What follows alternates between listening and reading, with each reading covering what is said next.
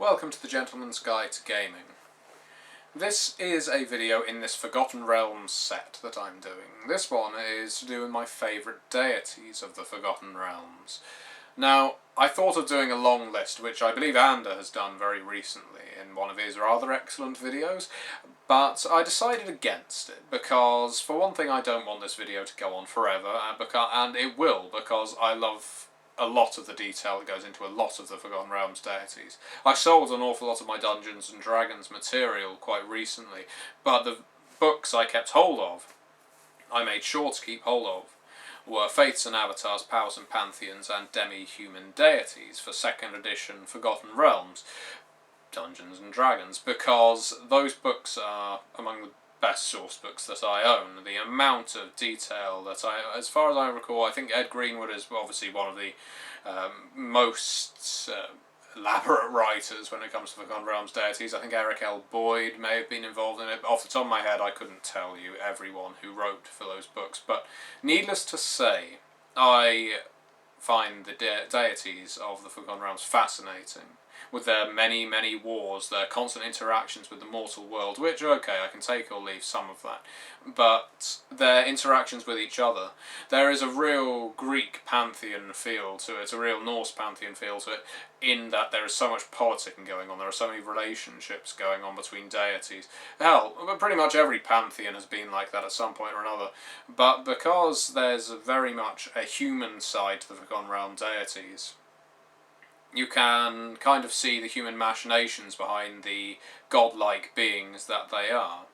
Now, the two deities I want to focus on are kind of at polar opposite ends of the spectrum. I'll start with Ilmater. Or Ilmater. It should be Ilmater, I believe.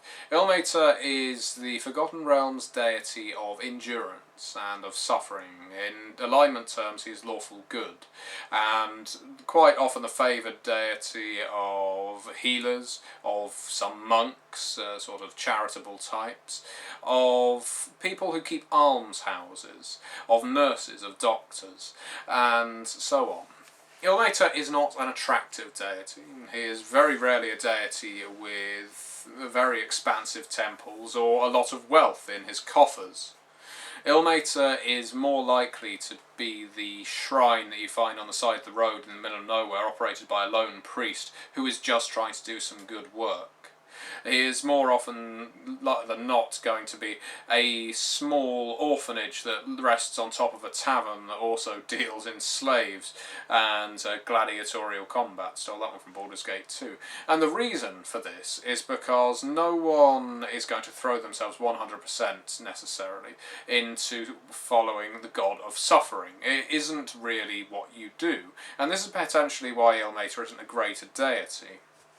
But it also rings true for the Forgotten Realms generalism, that is, there isn't anyone in the Forgotten Realms that worships one deity and one deity alone. Even a cleric of Bane will still cite Talos's name occasionally, or Mystra's name if he's wielding an arcane spell, even if it is to his detriment, because everyone is aware that it's a polytheistic multiverse.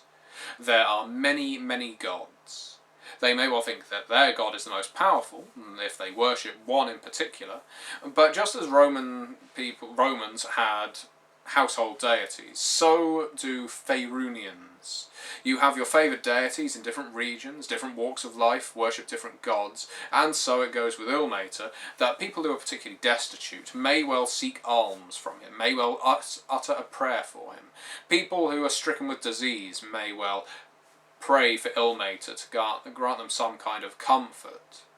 Nurses may well pray to Ilmater for a few more hours awake in order to treat a few more ill people. Or adventurers may well pray to Ilmater when channeling a healing spell.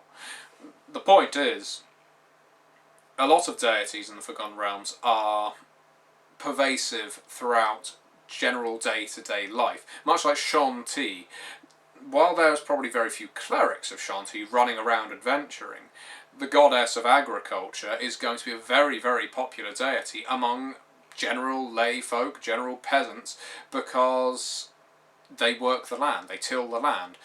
who but the goddess of agriculture are they occasionally going to offer a few words spoken to than, than Shanti, because it makes sense. It makes sense to offer a few token words, a few token gestures, the odd offering. If the harvest has been particularly good this year, even if you have not been an ardent follower of Shanti, you're likely to still drop a few copper coins in a collection plate for her, or rather do something more akin to her worship, like plant a tree somewhere. Because you're grateful for the help that she has possibly offered you. Well, obviously we could get into atheism here, but in Faerun and many other Dungeons & Dragons settings, gods can't really be disproved. In Planescape, you would argue maybe that gods aren't gods, they're powers, they're just very, very powerful mortals. After all, they can die, but you wouldn't really say that to one of these gods' faces, would you? Going back to Ilmater, I find him a very interesting, multifaceted deity. I think he can be hard when he needs to be. While it's easy to think of him as Jesus of the Forgotten Realms gods, because he goes around healing the weak, helping the meek, and telling the rich that they should really give a lot of their money up for those poorer than themselves, I think that's almost mis-selling him to a degree, because monks who follow Ilmater are less likely to be necessarily charitable do-gooder types, and more likely to fight against people who propagate suffering, slavers, the kinds of poisoners, people who spread diseases like worshippers of Talona maybe, or they will likely follow in the wake of armies going to war. They will help whichever side is injured, whether they are on the side you entered the war with or the other. And it has been said that even Ilmateri occasionally join at the Blood War and will even heal Tanari and Beatazu, which seems ridiculous. But Beatazu and Tanari are nothing in the Forgotten Realms, or indeed any of the D&D cosmology, should really be irredeemable. Perhaps that one act of kindness is what the Beatazu needs to suddenly spread its wings and become something better. Or just to plant that seed in its head that mercy isn't always for the weak. I do particularly enjoy Ilmater, but on the flip side, I also really like Myrkul. Now, in the olden days, back when I used to just use forums, including the Wizards of the Coast forum, I had the nickname, username, Lord of Bones. I was Lord of Bones on the Black Isle forums, the computer game developer of Baldur's Gate. And I used to run games under that sobriquet. And it was because I always enjoyed Myrkul, I enjoyed his writer. But now I got into Forgotten Realms after the Time of Troubles event, in which lots of deities got offed, including Myrkul, who translocated his spirit into a hat, or rather the crown of horns. But Myrkul is he's almost stereotypical. He was the god of the dead, as opposed to the god of death, that was Baal. He was the god of the dead, and therefore the warden of the dead. He was neutral evil in alignment, and resembled a rotting corpse. Generally, skull picked clean at the top, down to rotting feet, increasingly fleshy, but also gangrenous, grotesque, and the like. And while not being the sort of deity whose followers would go around spreading rampant destruction necessarily, his followers would spread the worship of Myrkul through fear and through knowing. There were few other deities than Myrkul that would be so well known. After all, everyone is familiar with death. Everyone knows that death will come to them, and so they know they will have to enter Myrkul's graces eventually for judgment to see which plane their spirit would end up going to. So everyone would have the name of Myrkul on their lips whenever death was on the cards, because they knew where they would end up. The manner of death was definitely Baal's domain, but Myrkul was, I suppose in a way, the ferryman and the gatekeeper at the other end, who would control where you would go in the grand scheme of things. And being neutral evil, of course, he wasn't always looking after your best interests. Indeed, in some cases when people would be buried, Myrkul would actually appear at the graveside as a sort of spirit, just so that every single person there attending the funeral would see him and know that at some point he would be coming for them as well. And it's a Grim Reaper-esque appearance, except for the fact his avatar for some reason had 6 arms, which I think is an amazingly creepy addition to the sort of Nerul, Grim Reaper, Death God kind of appearance. I like the idea that evil doesn't always have to be blatant, and Cyric, I really enjoy having followers of Cyric in a game, because while Cyric is a despicable deity, of course, he also makes a fantastic antagonist. And so I enjoy having followers of Cyric, I enjoy having followers of Talos, I enjoy having followers of Bane, but all 3 of those are generally quite blatant deities. Blatant in their evil, their tyranny, their need to destroy, their need to assert their power. Myrkul and Myrkulites, his followers, were infinitely more subtle, because death, or being dead, is ever present.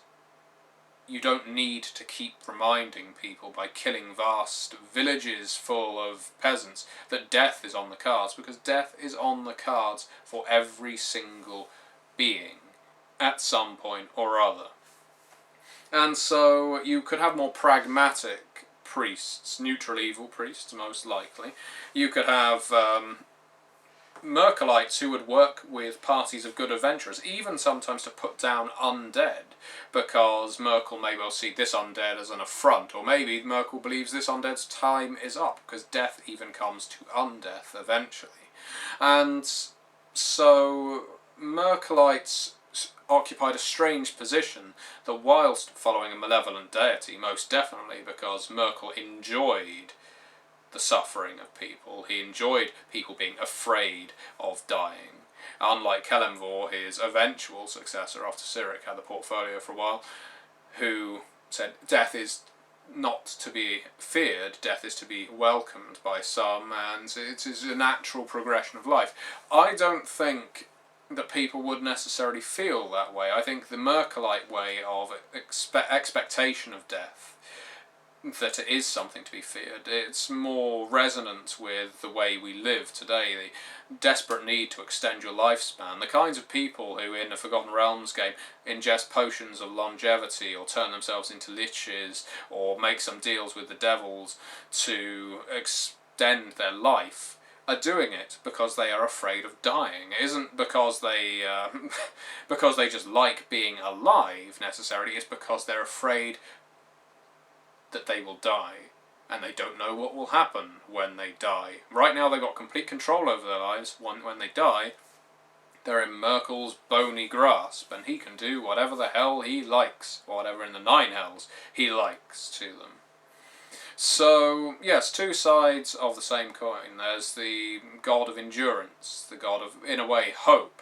Ilmater offers alms to anyone who needs it. Good, neutral, evil. If you need assistance, then there's a possibility Ilmater may be able to deliver it. Myrkul, on the other hand, is very rarely going to offer you comfort. Myrkulites are very rarely going to bury an individual without a fee.